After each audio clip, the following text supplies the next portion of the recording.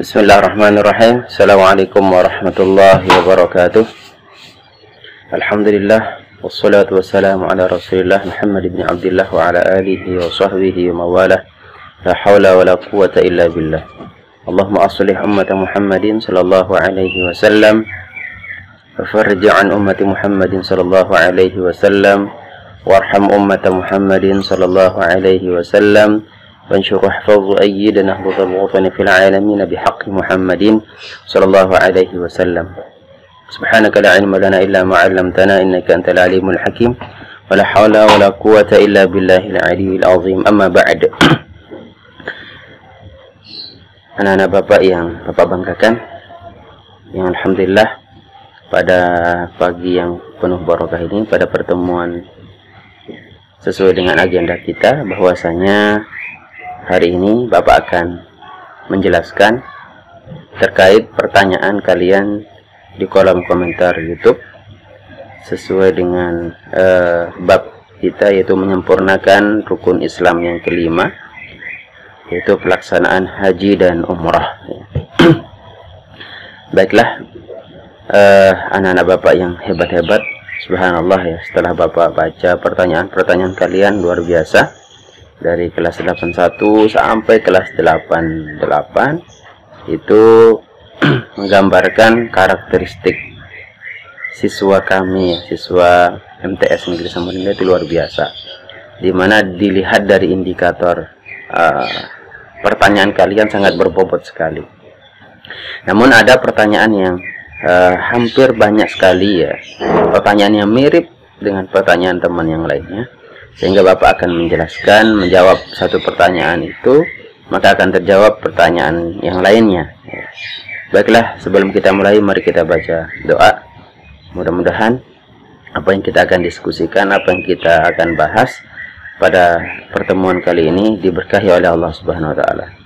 Kita baca umur kita bisiri suratil Fatihah. A'udzubillahi minasyaitonir rajim. Bismillahirrahmanirrahim. Alhamdulillahi rabbil alamin. Arrahmanir rahim. Maliki yaumiddin. Iyyaka na'budu wa iyyaka nasta'in. Ihdinas siratal mustaqim. Siratal ladzina an'amta 'alaihim ghairil maghdubi 'alaihim waladdallin. Amin.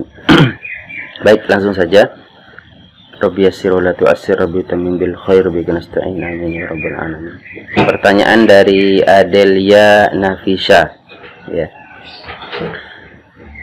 Jika perempuan mengalami haid, apa tetap melaksanakan ibadah haji? Nah, ini pertanyaan pertama anakku semua ya. Baik, Bapak akan jawab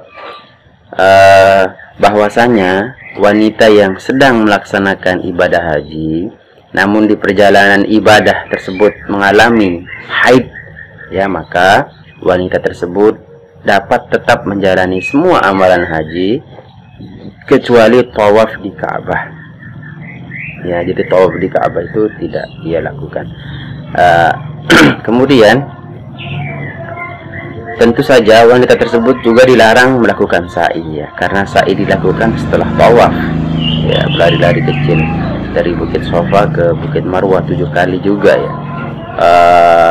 Maka wanita tersebut harus menundanya. Ada wanita yang mengatasi masalah ini dengan mengkonsumsi tablet anti menstruasi ya. Jadi biasanya ini jamaah haji kita begitu akan berangkat dan akan melaksanakan ibadah haji, puncak ibadah haji itu kan mulai dari tanggal 9, 10, 11, 12 ya sampai 13. Jadi dia akan biasanya ketua kloter ataupun bimbingan jamaah haji itu, bimbingnya biasanya menerapkan ini meminum tablet anti menstruasi, biasanya seperti itu ya. Jadi dia akan terjaga atau dia tidak akan haid selama melaksanakan ibadah haji. Itu salah satunya. Jika seorang wanita itu yakin akan mengalami menstruasi pada waktu haji, maka wanita tersebut harus mengonsumsi tablet anti hamil atau anti menstruasi tadi ya, yang dapat menunda haid. Jadi itu jawaban Bapak. Jadi ketika dia biasanya ini jamaah haji kita itu kalau perempuan diberikan obat seperti itu. Tapi kalau sudah umur yang tidak produktif, yang sudah tua, itu biasanya tidak. Wallahu a'lam. Kemudian yang kedua, pertanyaan dari Nanda Nafisha, Adelia Nafisha, apa haji dapat menghapus dosa seumur hidup? Ini pertanyaan, bukan pertanyaannya, tapi memastikan ya apa benar gitu.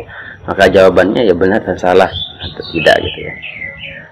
Sabda Rasulullah SAW, man hajja falam yarfus walam yafsuq raja'a kama waladathu ummuhu. Barang siapa yang melaksanakan ibadah haji, kemudian dia tidak melakukan rafas, perkataan atau perbuatan yang tidak seronok, dan dia tidak melakukan perbuatan fasik, maka dia kembali suci sebagaimana ia dilahirkan kembali oleh ibunya ya. Jadi itu artinya dosanya terhapuskan ya. Berarti dia baru lahir, baru bayi yang baru lahir. Kemudian dalam hadis lain disebutkan juga al-hajjul mabrur laisa lahu jazaa'un illa al-jannah. Haji yang mabrur itu tidak ada balasannya melainkan surganya Allah Subhanahu wa taala. Kemudian dalam hadis lain juga disebutkan al-umratu ila al-umrati kafaratun lima bainahuma wal hajjul mabrur laisa lahu jazaa'un illa al-jannah. Itu juga satu umrah ke umrah berikutnya adalah penghapus dosa-dosa yang di antara keduanya, dan haji mabrur tidak ada balasan melainkan surganya Allah Subhanahu wa taala. Bapak rasa jelas?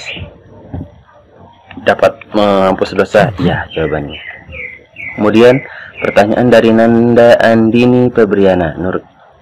Ya, Andini Febriana Nur, kelas 87. Pertanyaannya, hal apa saja yang membedakan haji dan umrah? Ini pertanyaan bagus sekali ya.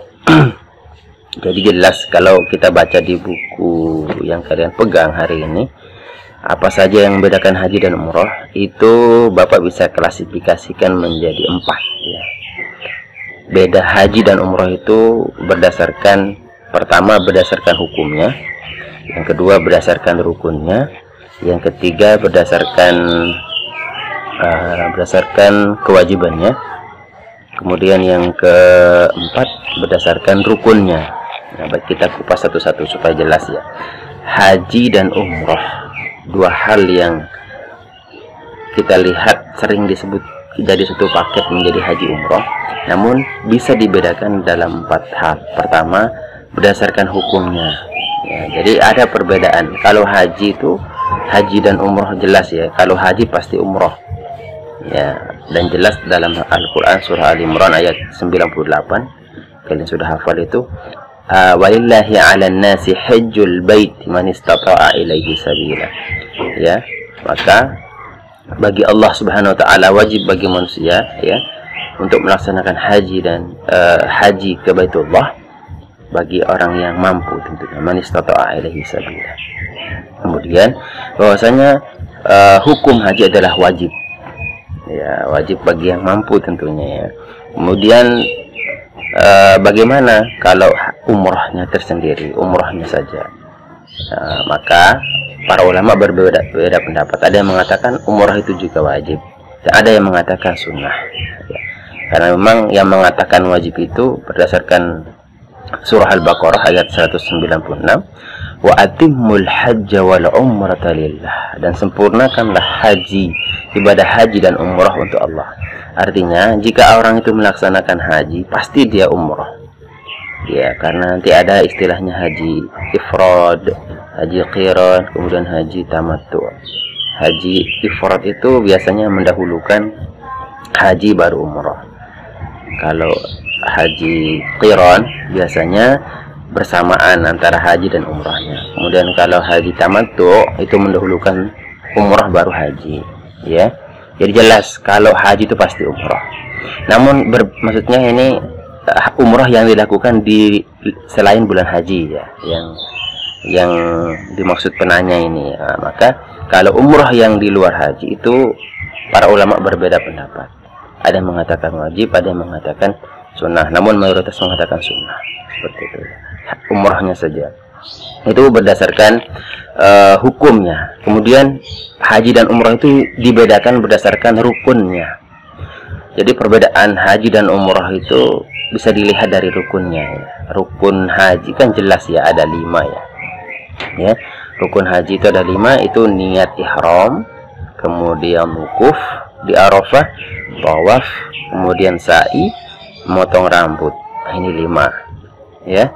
Jadi jelas rukun haji itu. Sedangkan rukun daripada umrah itu tidak ada wukuf di padang Arafahnya ya, itu hanya ada berapa? Ada 4. Jadi rukun umrah itu niat ya, niat ihram, tawaf, kemudian sa'i dan motong rambut. Itu 4. Jadi bedanya tadi haji itu 5, umrah itu 4. Jelas ya, itu beda haji dan umrah dari segi rukun. Kemudian haji dan umrah bisa dibedakan dari segi pelaksanaannya, waktu pelaksanaan. Jadi jelas kalau waktu pelaksanaan perbedaan haji dan umrah itu terlihat dari pelaksanaannya. Kita ketahui bahwasanya kalau waktu haji kan, ibadah haji itu lebih sempit dan terbatas dibandingkan dengan waktu pelaksanaan ibadah umrah. Waktu pelaksanaan haji hanya pada rentang waktu bulan Syawal ya, hari raya Idul Adha di bulan Zulhijjah. Sementara ibadah umrah itu bisa dilaksanakan kapan saja tanpa ada batasan rentang waktu. Jadi itu perbedaan waktunya. Kemudian dilihat dari berdasarkan kewajibannya. Perbedaan haji dan umrah itu yang keempat ini berdasarkan kewajiban yang harus dilakukan pada haji dan umrah ya. Artinya jamaah wajib menjalankan serangkaian ritual manasik yang apabila ditinggalkan tidak dapat membatalkan ibadah, namun wajib diganti dengan denda. Nah, ini kewajiban ibadah haji itu ada 5 ya. Kemudian ini wajib haji. Tadi itu kita bahas tentang rukun. Sekarang wajib hajinya. Wajib haji itu ada niat ihram, itu wajib. Kemudian itu wajib haji itu niat ihram dari mikotnya, dari tempat mengambil niat, batas area yang telah ditentukan sesuai dengan asal wilayah jamaah ya. Misalkan yang menginap di Muzdalifah, menginap di Mina, tawaf wada atau perpisahan, itu menonton jumrah. Jadi jelas ya, kewajiban haji itu ada 5 itu. Pertama niat ihram mikot ya itu, kemudian nanti berikutnya menginap di Muzdalifah, kemudian menonton jumrah, tawaf wada dan melempar batu tadi ya. Itu. Sedangkan kewajiban umrah itu hanya ada 2. Tadi kewajiban haji itu ada 5, sedangkan kewajiban umrah itu ada 2. Pertama niat dari mikot dan menjauhi larangan-larangan ihram, itu saja ya. Jadi jelas dari segi perbedaannya dari segi ibadah, dilihat dari kewajibannya, artinya wajib dilaksanakannya.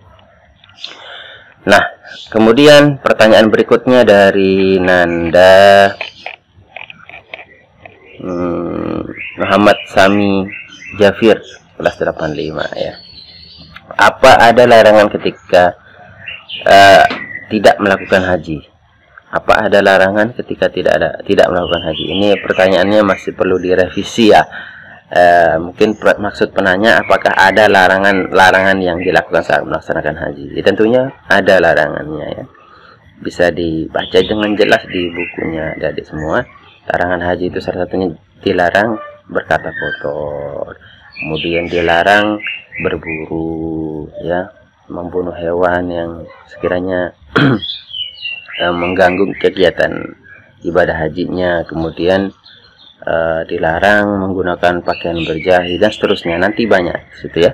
Kemudian pertanyaan kedua dari Muhammad Sami Jafir ya, apakah anak di bawah 5 tahun sah untuk melaksanakan ibadah haji? Pertanyaannya bagus sekali ya. Lalu ini pertanyaannya berikutnya diulang-ulang sama teman-teman yang lain ya. Lalu bagaimana hukum haji atau umroh anak kecil yang belum balik? Nah, jadi disebutkan dalam sebuah hadis, disebutkan oleh Nabi sallallahu alaihi wasallam, annahu laqiya raqiban birruha atau birruha, faqala min al-qaum, qalu al-muslimuna, faqalu man anta? Qala Rasulullah sallallahu alaihi wasallam, fara'tu ilaihi imra'atun sabiyyan, faqalat alihada hajjun? Fakultu, alihada hajjun? Qala na'am, walaka ajrun, rawahu Muslim. Nabi SAW beliau bertemu dengan seorang rombongan, suatu rombongan dari Rauha. Lalu beliau bertanya, kelompok siapa? Mereka menjawab, orang-orang Muslim. Mereka pun bertanya, siapa engkau? Utusan Allah, jawab Nabi. Seorang perempuan di antara mereka mengangkat anak kecil, menunjukkan kepada Nabi. Lalu ia bertanya, apakah anak kecil ini juga melaksanakan haji? Nabi SAW menjawab, ya, dan kamu pun dapatkan pahala. Artinya, anak kecil yang masih belum baligh, ya, belum cukup umurnya, kemudian dia melaksanakan ibadah haji, maka hajinya dihitung ibadah haji sunnah, ya, karena dia belum baligh. Nanti kalau sudah baligh, barulah hukum haji itu wajib, gugur melaksanakan ibadah hajinya. Jadi dilihat dari umur itu jelas ya. Kalau alamatul bulugh, tanda-tanda orang balik itu jelas.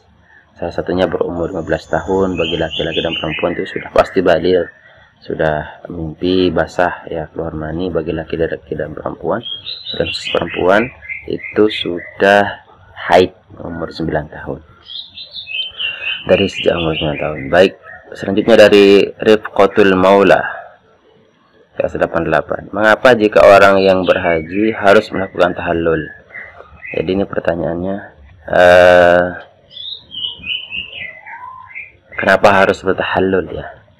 Jadi perlu diketahui anakku semua, bahwasanya semua ibadah yang dilakukan, ibadah haji yang rangkaian dari semua manasik haji itu merupakan sunnah ya, salah satu yang dilakukan oleh Nabi Ibrahim dan Siti Hajar waktu itu di Makkah. Karena bagaimanapun millata abina Ibrahim hanifa, agama Nabi Ibrahim atau syariat Nabi Ibrahim itu dilanjutkan oleh Nabi Muhammad SAW. Jadi semua tata cara pelaksanaannya pun ngikut dengan bagaimana beliau saat melontar jumroh ya, kemudian saat lari-lari kecil di Bukit Safa Marwah mencari air, itu adalah rangkaian dari sunnah hasanah yang ditinggalkan oleh beliau dan diwarisi ke Nabi besar Muhammad SAW. Jadi kalau ada pertanyaan mengapa yang demikian ya, apa tadi harus melakukan tahallul, itu memang sudah rukun ya.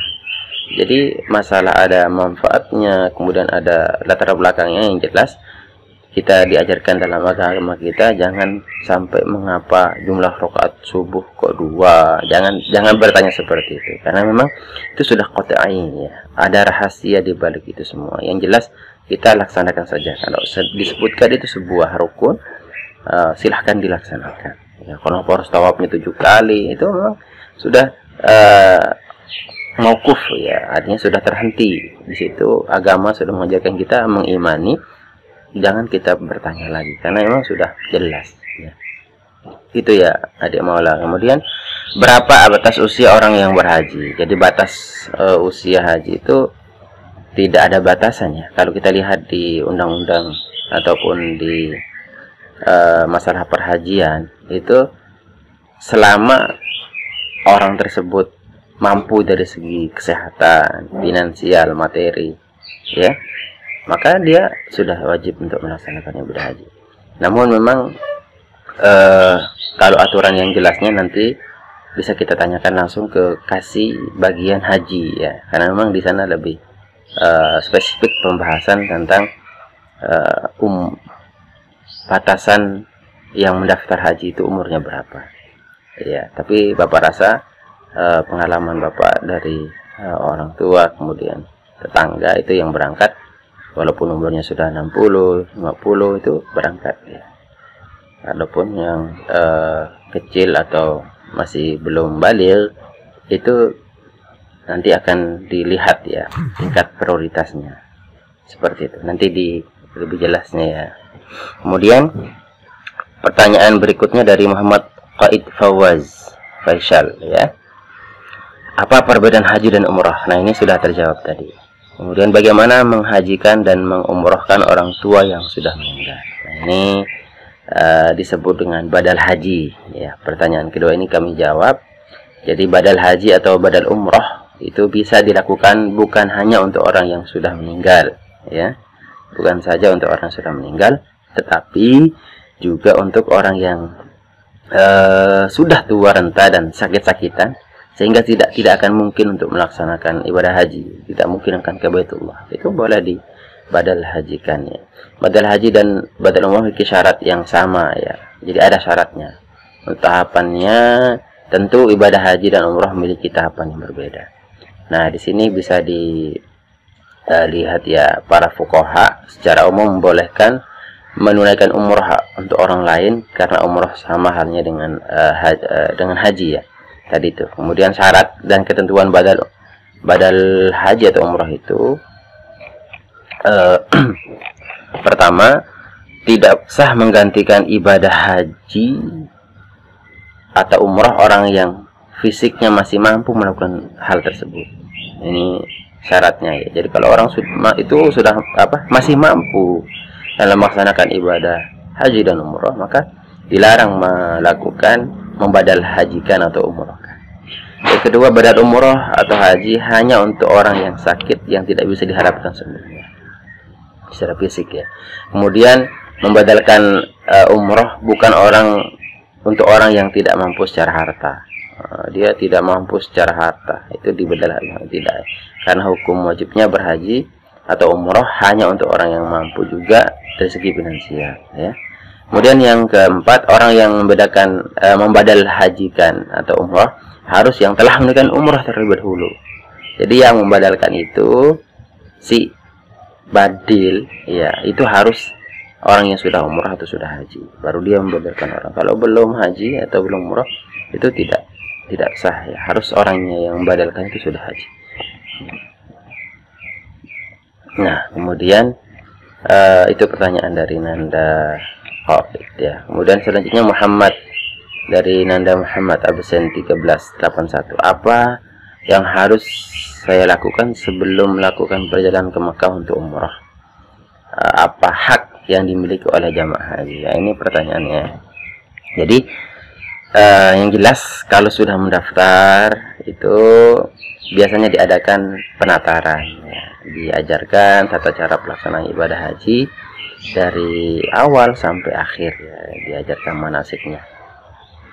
Namun perlu diketahui bahwasanya ada beberapa hak yang berhak didapat jamaah haji selama mereka berada di wilayah Makkah, ya. Biasanya itu diatur oleh Kementerian Agama. Berikut hak-hak dari jamaah itu: pertama, mendapatkan pelayanan prima dari petugas, ya, dengan menerapkan biasanya disenyumi, disalam, sapa, ya. Kemudian jamaah berhak mendapatkan tempat tinggal atau tempat pemondokan yang layak. Selanjutnya juga salah satu hak daripada jamaah haji itu adalah mendapatkan hak transportasi. Biasanya jamaah haji berhak mendapatkan transportasi, ya. Kemudian jamaah haji juga dapat makan di situ biasanya, ya, dapat catering 2 kali 12 hari. Jamaah berhak mendapatkan makan siang, makan malam, dan seterusnya, ya. Tergantung nanti kebijakan daripada panitia ataupun yang mengatur petugas-petugas dalam manasik haji. Kemudian itu sebagai hak-haknya. Berikutnya kita lanjutkan ke pertanyaan Nabila Handayani. Apakah haji dapat menghapus dosa? Ya, sudah tadi pertanyaannya. Apakah ada batasan usia untuk melaksanakan haji? Sudah tadi, ya. Kemudian Davin. Assalamualaikum Ustaz. Waalaikumsalam warahmatullahi. Nama saya Muhammad Davin. Saya ingin bertanya seputar ibadah haji dan umrah. Pertanyaan saya, apakah boleh berniat haji atau umrah untuk orang tua yang sudah meninggal? Ini badal haji yang tadi sudah, ya. Kemudian bagaimana cara berihram di dalam pesawat? Nah, ini bagus pertanyaannya. Jadi ketika kita sudah misalkan berangkat dari Indonesia, kita menuju Madinah atau langsung Mekah, itu ada 2 opsi, ya. Ada yang ke Madinah dulu, kemudian baru ke Mekah, kemudian ada yang baru Mekah ke Madinah, dan seterusnya. Jika seorang berangkat haji dengan pesawat, pertama-tama ia hendak mandi, ya. Ini cara ihram di dalam pesawat, ya. Jadi sebelum berangkat ke pesawat itu sudah mandi dari rumahnya, lalu memakai pakaian ihram. Biasanya pembimbing itu menggunakan di bandara atau di dalam ini ya, asrama haji biasanya ya, memakai pakaian ihram ini bisa di rumahnya atau bisa di pesawat juga. Jika sudah sejajar dengan mikot, ini mikot itu kan tempat sebuah wilayah atau tempat untuk mengambil niat ihram haji. Jadi biasanya awak pesawat itu akan mengingatkan ya, jika pesawat akan melewati mikot.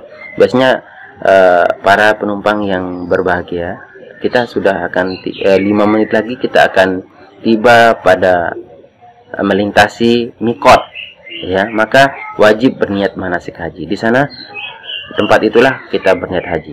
Walaupun di atas pesawat kita sudah berniat ihram haji. Nawaitul hajja wa ahramtu biha ya, nawaitul hajja wal umrata atau nawaitul hajja wa ahramtu biha faradan lillahi ta'ala ya, itu bisa dilihat nanti teksnya.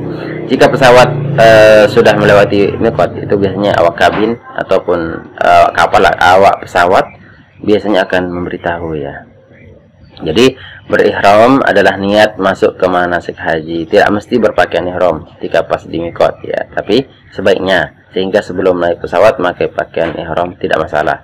Jadi sebenarnya tidak masalah, cuma sebaiknya menggunakan ihram ya, karena sudah begitu dia niat ihram itu sudah menggunakan niat ihram di mikotnya, itu sudah menggunakan pakaian.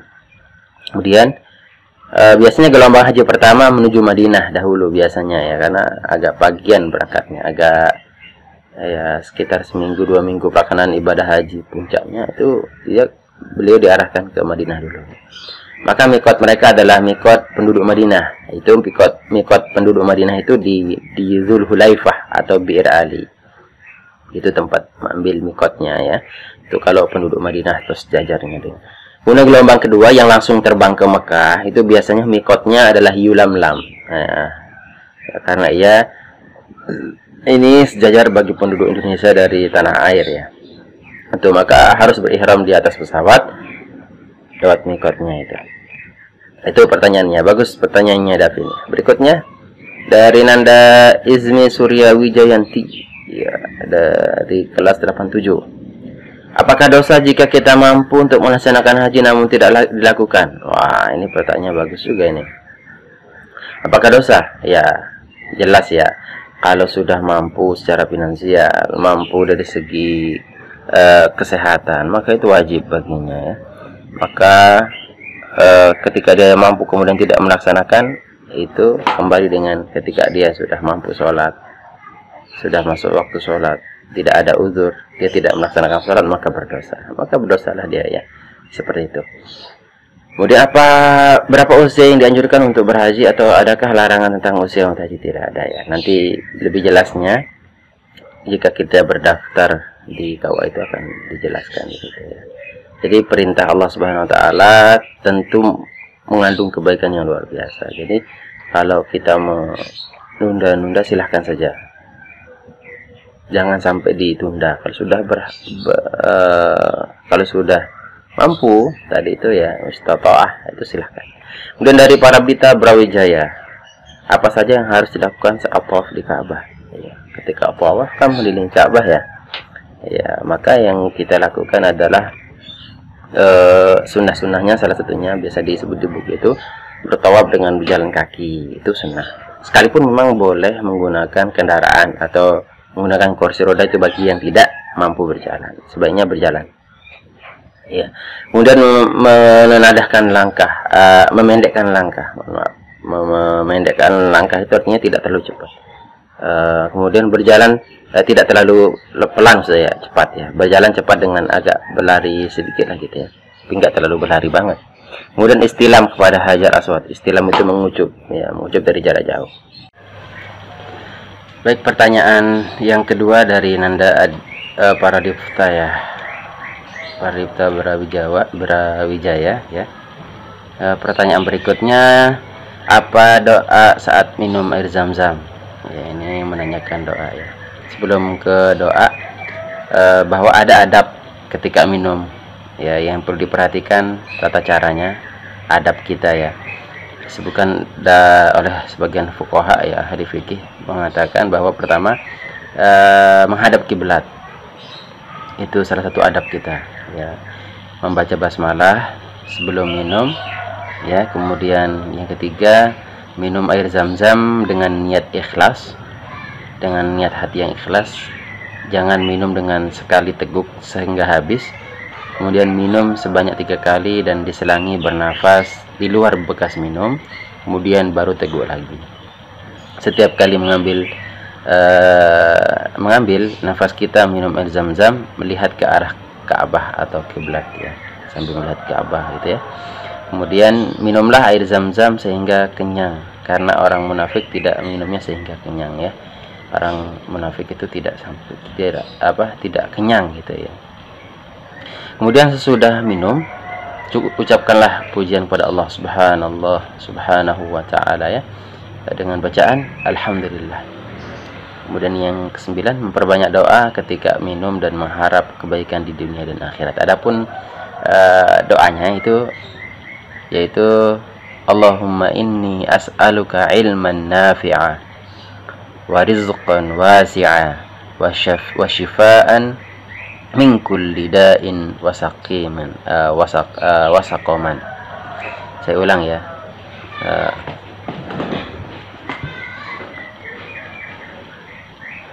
Allahumma inni as'aluka ilman nafi'a wa rizqan wasi'a wa shifaan min kulli da'in wa saqam. Nah, itu doanya. Doa ketika meminum air zam-zam. Berikutnya pertanyaan dari Nanda Dianti ya, Mozatika Dianti itu nama ibunya. Nah, Moza ini. Mengapa wanita tidak berlari-lari saat berjalan dari Safa dan Marwah? Jadi bagi laki-laki ya, artinya kalau perempuan tidak dianjurkan. Kalaupun berlari-lari kecil wanita itu sanggup dan energik, silahkan saja ya. Itu kembali ke pribadi masing-masing. Biasanya perempuan itu jalannya santai saja, tidak terlalu buru-buru ya. Kemudian apakah boleh kita mengerjakan haji untuk orang yang sudah meninggal, yang sudah tadi badal haji ya. Kemudian kapan seorang dianggap mampu secara harta ya, dia ada kelebihan harta dalam artian sudah bisa mencukupi kebutuhan anak, istri, keluarga ya, ketika dia meninggalkan ke tanah haram. Itu juga salah satu. Seandainya dia berangkat ke Mekah, kemudian anak istrinya kelaparan, tidak ada yang dimakan, itu tidak termasuk istita'ah dalam mal ya, atau harta. Apakah kesehatan termasuk kemampuan, dan apakah orang sakit gugur kewajiban hajinya? Iya, benar. Jadi kesehatan itu termasuk salah satu syarat mampu ya, mampu dari segi fisik ya. Kemudian kalau sakit ya gugur kewajibannya. Kemudian dari Nanda Hafizah Nur Zahirah ya, absen 15 kelas 86. Apa hukum sholat sunnah di depan makam Nabi Ibrahim? Hukum sholat sunnahnya setelah tawaf biasanya itu ya, sholat sunnah itu hukumnya sunnah, namanya dia sholat sunnah ya. Wattakhidhu min maqami Ibrahim musalla, dan setelah engkau mengelilingi Ka'bah tawaf, ambillah sholatlah di belakang ya makam Nabi Ibrahim. Makam itu tempat berdiri artinya ya, bekas telapak kakinya Nabi Ibrahim. Bukan makam itu ada makam di situ, ada kubur, tidak. Kemudian jumrah ada berapa, sebutkan nama-namanya. Itu jumrah itu ada 3 ya, jumratul ula, jumratul wusta, jumratul aqabah. Pertama, pertengahan, terakhir itu ya. Kemudian dari Nanda Atahanan, kenapa kita dilarang memakai pakaian yang berjahit saat haji? Adakah hadis yang menjelaskan ini ya? Jadi disyariatkan melepas pakaian berjahit dalam ibadah haji dan umroh memiliki hikmah yang banyak ya. Di antaranya hikmah itu memang tidak perlu kita harus cari deh ini manfaatnya gitu. Kalaupun kita yakin saja, karena itu adalah perintah dari Allah, perintah syariat dari Nabi Ibrahim, kemudian syariat Nabi kita Nabi besar Muhammad SAW, maka silahkan saja dilaksanakan. Namun sebagian ulama ada yang memberikan sebuah hikmah atau fadilahnya ya. Itu salah satunya mengingat keadaan manusia pada hari kebangkitan, bahwasanya karena tidak ada mereka akan dibangkitkan dalam keadaan beralas kaki yang tidak ada, bahkan akan telanjang semuanya. Itu menggambarkan pakaian itu tempat terbuka, tidak berjahit. Kemudian mengingat akhirat pun mengandung pelajaran, diantaranya menundukkan jiwa, menimbulkan kesadaran jiwa tentang wajibnya rendah hati, tawadhu ya. Jangan ada yang kita sombongkan. Mengajarkan prinsip kedekatan dan persamaan, serta hidup sederhana dan menjauhi sikap bermewah-mewahan. Ya, jadi dengan tidak ada berjaya itu tidak akan kita akan yakin sadar bahwa diri kita adalah manusia lemah gitu ya. Kemudian apa makna dibalik jumlah batu yang dilemparkan sama? Ini kembali lagi ke yang tadi ya. Silakan saja ya. Ini adalah hikmah. Laksanakan saja, jika diperintahkan 7 ambil batu 7, nanti dibimbing oleh pembimbing jamaah haji. Adapun hikmah itu nanti kita akan temukan saatnya nanti. Kemudian, Assalamualaikum Ustaz, saya Muhammad Haikal. Apa hukumnya orang yang pergi haji dengan berhutang? Nah ini bagus pertanyaannya ya. Disebutkan oleh Syekh Yusuf Al-Qardawi ya, salah satu ulama fikih kontemporer, itu menyatakan bahwa dibolehkan untuk berhutang untuk biaya ibadah haji. Namun, ini kata kuncinya, namun sebaiknya tidak dilakukan, karena Allah Subhanahu wa taala tidak pernah membebani makhluknya untuk berhutang guna menunaikan ibadah haji. Namun kalau fikih itu kan membahas tentang sah dan tidak sahnya. Kalau sah ya sah, ibadah hajinya sah, cuma permasalahannya nanti dia akan terlilit hutang, dan Allah tidak akan pernah membebani seorang makhluk ya di luar batas kemampuannya. Takutnya nanti ketika pulang haji dia tidak mampu membayar hutangnya, terlilit hutang, dan kasihan hidupnya ya. Kemudian pertanyaan kedua, apa hukumnya saat kita tidak sengaja bersentuhan dengan yang bukan mahram? Ini muhrim tulisannya, yang benar itu mahram. Kalau muhrim itu ya orang yang menggunakan pakaian ihram. Kalau mahram orang yang haram, orang yang haram kita nikahi, mahram. Ibu, adik, kakak ya, paman, bibi, itu haram kita nikahi. Jadi sebutannya mahram, bukan muhrim. Kalau muhrim itu orang yang ihram. Ini tidak sengaja bersentuhan, makanya di dalam mazhab kita boleh bertaklid. Taklid itu mengikuti mazhab Maliki, supaya ketika bersentuhan kulit antara laki-laki dan perempuan itu tidak batal, karena mazhab Maliki itu tidak batal ya ketika bersentuhan kulit antara laki-laki dan perempuan yang halal nikah ya. Jadi bertaklid saja, intinya ngikut sebentar mazhabnya Maliki, karena kalau tidak nanti capek wudu, begitu tawaf sentuhan kulit pergi wudu, nanti capek ya. Berikutnya Sabit. Assalamualaikum Ustaz, Zahra Naila Sabita. Berapa jumlah putaran sa'i? Jumlahnya 7 ya, dari Bukit Sofa ke Marwah.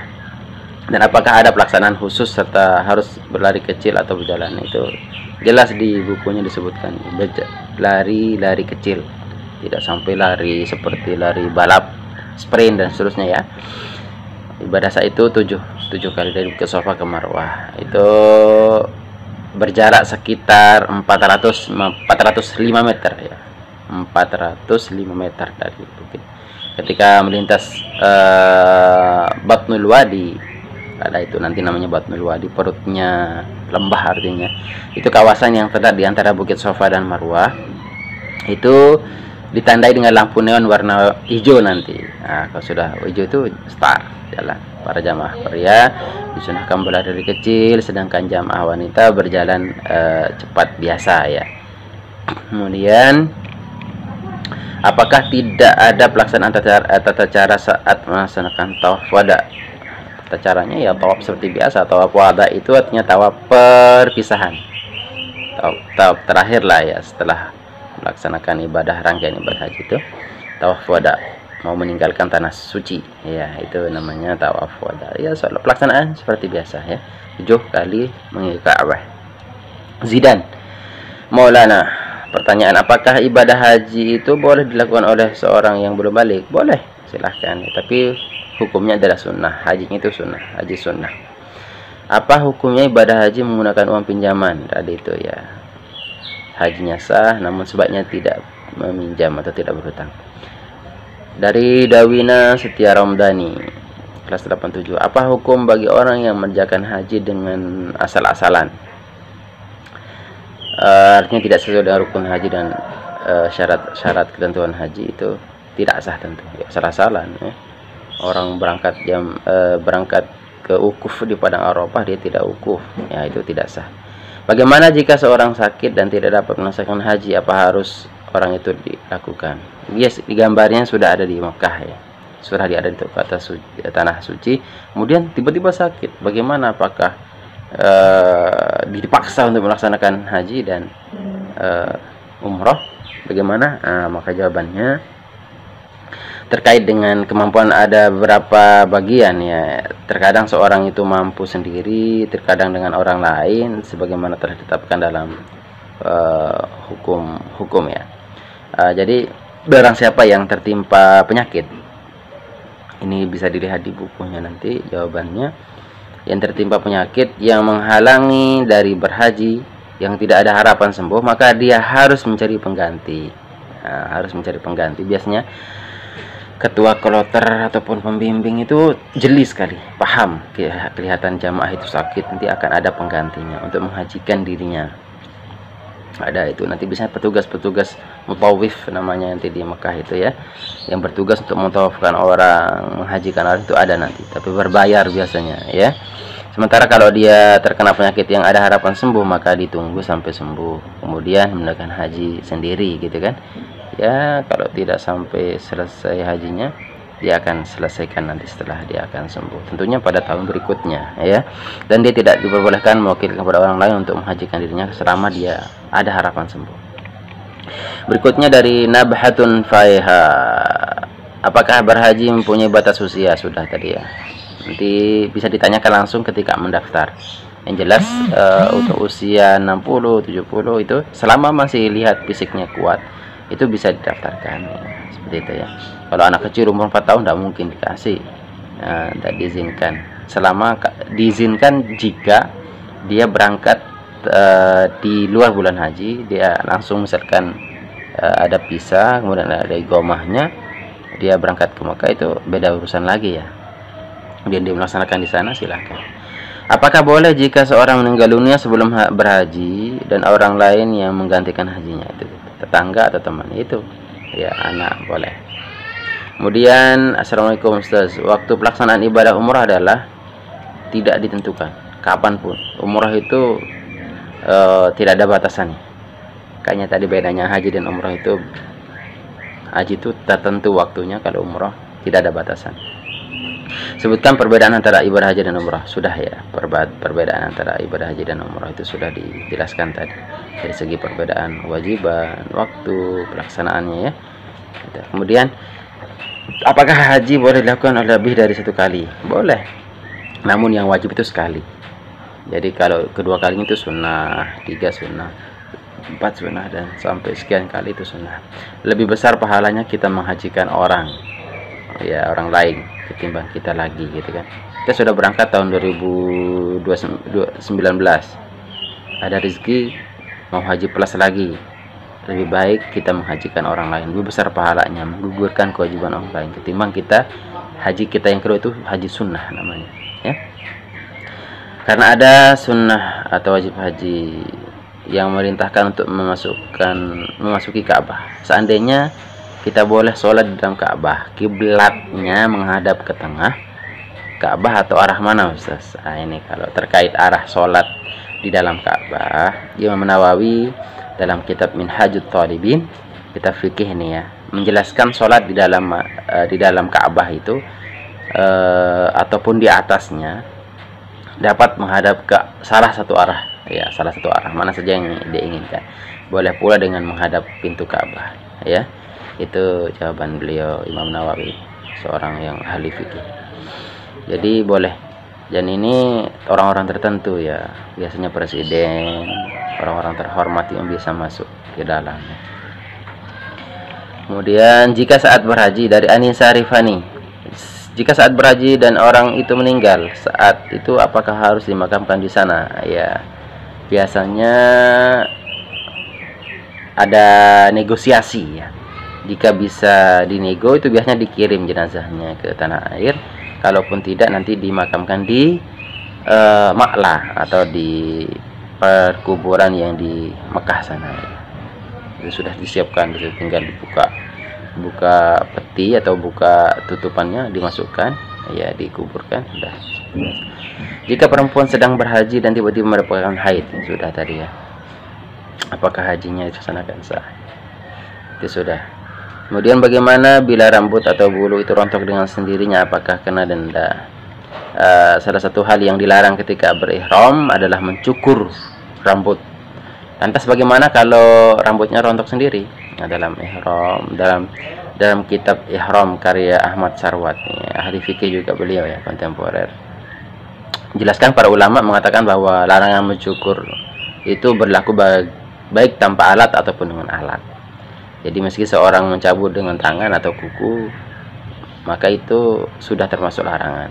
Namun di antara hal-hal yang di luar larangan, apabila rambut atau bulu terlepas dengan sendirinya alias rontok, di sini dengan catatan tanpa kesengajaan, dan memang jenis rambut tertentu bisa dengan mudah mengalami perontokan, itu tidak dikatakan. Bila mengalami hal tersebut, itu bukan dari larangan, artinya tidak disengaja, ya, itu tidak apa-apa. Kemudian apa hukum mencium hajar aswad dan dalilnya? Ini minta dalil ini ya, luar biasa. Jadi dijelaskan bahwasanya hukumnya sunnah, ya, sunnah mencium hajar aswad, ya, karena pernah Rasulullah SAW ketika melaksanakan ibadah haji wada itu mencium hajar aswad, itu sunnah. Kalaupun tidak mampu, tidak diwajibkan. Tidak mampu artinya tidak, jangan sampai dipaksakan, bahaya ya, karena banyak jamaah. Kemudian Yusron, dari Yusron Dwi Iskandar, apa benar haji itu sebagian dari penghapus dosa? Ya, benar. Kemudian apa dalil yang menyatakan bahwa menyegerakan tidak menunda pergi haji termasuk menyatakan, apa dalilnya ya? Itu tidak jelas dalam Al-Quran, itu walillahi 'alan nasi hajjul bait, itu man istata'a ilaihi sabila, bagi yang mampu ya. Kalau memang sudah mampu, jangan ditunda, laksanakan, daftar dan seterusnya. Berikutnya dari Nanda Novel Sabilillah, bagaimana sejarah haji dan tahun berapakah disyariatkan haji? Luar biasa ya. Jadi sejarah haji itu mencakup periode yang dimulai sejak zaman Nabi Ibrahim itu ya. Nabi Ibrahim itu sudah mulai tata cara pelaksanaannya dari beliau itu sudah gambaran sekarang ini ya. Mulai dibentuknya ritual haji Islam oleh Nabi Muhammad, kemudian hingga haji terakhir Nabi kan haji wada namanya ya, haji setelah ini ya, setelah beliau melaksanakan perang ya, itu beliau haji wada, haji terakhir. Itu kurang lebih bisa dilihat nanti setelah beliau haji wada itu 80 hari beliau meninggal dunia, tahun ke-10 Hijriah ya. Kemudian pertanyaan berikutnya siapa ini, dari Gatvan Khairi Tamam, dalam kasus apa saja ibadah haji hukumnya menjadi sunnah dan bukan wajib? Seperti tadi, dia sudah haji sebelumnya, itu haji berikutnya sunnah ya. Kemudian bisa sunnah ketika anak kecil yang belum baligh itu berhaji, itu sunnah, hukum sunnah. Hal apa saja yang membedakan haji dan umrah? Sudah ya. Kemudian apa saja yang membedakan haji dan umrah? Sudah. Apakah benar haji itu bagian dari upaya menghapus dosa? Iya, itu dari Nopar Zaki. Dari Nahanan, kenapa sa'i antara Safa dan Marwah sebanyak 7 kali? Sa'i ini merupakan penghargaan Allah ya kepada istri Nabi Ibrahim, Siti Hajar. Saat itu istri Nabi Ibrahim bolak-balik antara Bukit Safa dan Marwah 7 kali dalam rangka mencari air untuk minum putra beliau, dan ini diabadikan oleh jamaah haji ya, dilakukan ritual seperti itu. Kemudian yang pertanyaan kedua, apakah perempuan bercadar harus melepas cadarnya saat haji? Ini pertanyaannya diulang-ulang terus nanti ya berikutnya. Jadi kalau sudah saya jawab ini, berikutnya sudah terjawab. Jadi pertanyaannya, apakah harus saat haji dia harus membuka?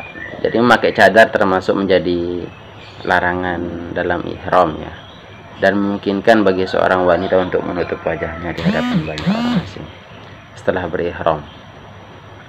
Pakaian penutup kepalanya kalau mau tanpa menggunakan cadar, maka sebaiknya pakaian yang menutup kepala itu diturunkan sehingga wajahnya tidak terlalu kelihatan tanpa melanggar larangan atau dengan menggunakan cadar. Sebaiknya ditutup. Bagaimana kalau pakai masker, Ustaz? Nah, ini itu karena keadaan lagi ya, karena pandemi ya, silahkan saja. Itu berbeda anunya, beda sudah alasannya ya, ilatnya. Kemudian di sini tidak sampai haram ya hukum menggunakan cadar itu, menggunakan makruh. Ini dalam konteks ibadah haji loh ya. Kalau di luar haji, bagi yang mau bercadar silahkan ya, itu tidak ada larangan dalam hal ini ya, gitu. Kemudian pertanyaan berikutnya dari Nanda Anas Abdillah. Mengapa saat haji dilarang menggunakan pakaian jahit? Sudah tadi ya. Apakah berdosa apabila tidak melakukan haji di masa pandemi? Ya, karena batasi orangnya, jamaahnya ya, itu tidak masalah karena beda urusannya. Kemudian apa perbedaan rukun haji dan wajib haji? Rukun haji itu kan segala amalan atau kegiatan yang harus dikerjakan selama melakukan ibadah haji. Satu saja yang tidak dilakukan, batal hajinya. Dan apabila ada salah satu amalan yang tidak dikerjakan, itu hajinya tidak sah ya. Kalau kita lihat kan, ihram, pertama ihram, kedua wukuf di padang Arafah, yang ketiga tawaf, kemudian sa'i, yang kelima itu tahallul. Nah, itu harus dilaksanakan ya. Kemudian kalau wajib haji itu kan ihram, kemudian mabit di Muzdalifah, melontar jumrah di Aqabah, jumrah Aqabah ya, keempat mabit di Mina, kelima melontar jumrah pada tanggal 11 Zulhijjah, terakhir itu keenam itu tawaf wada. Itu wajib haji. Jelas itu wajib, persamaan perbedaannya wajib dan syaratnya. Kemudian pertanyaan berikutnya dari Nanda Daniel. Apa yang terjadi apabila seorang wanita tiba-tiba haid ketika berhaji? Sudah tadi ya. Dia biasanya diberikan pil atau tablet anti haid, biasanya hanya 3 hari lah. Pelaksanaan puncaknya kan tanggal 9, 10, 11, 12, 13, 4 hari saja ya. Itu bisa ditahan untuk tidak haid. Biasanya ada obatnya. Berapa usia sudah? Apakah orang yang belum balik boleh melaksanakan haji? Boleh ya, tadi ya pertanyaannya. Terus ini yang saya tidak jawab itu sudah sama dengan pertanyaan berikutnya. Bagaimana hukumnya bila salah menghitung saat melempar jumrah? Salah menghitung ya, bila seorang jamaah terlewat melempar jumrah dari ini perbedaannya. Kalau hitung-hitungannya ya tergantung keyakinannya. Kalau memang dia yakin sudah selesai 7 kali misalnya kan, maka yakin saja ya, insyaallah akan mewakili itu.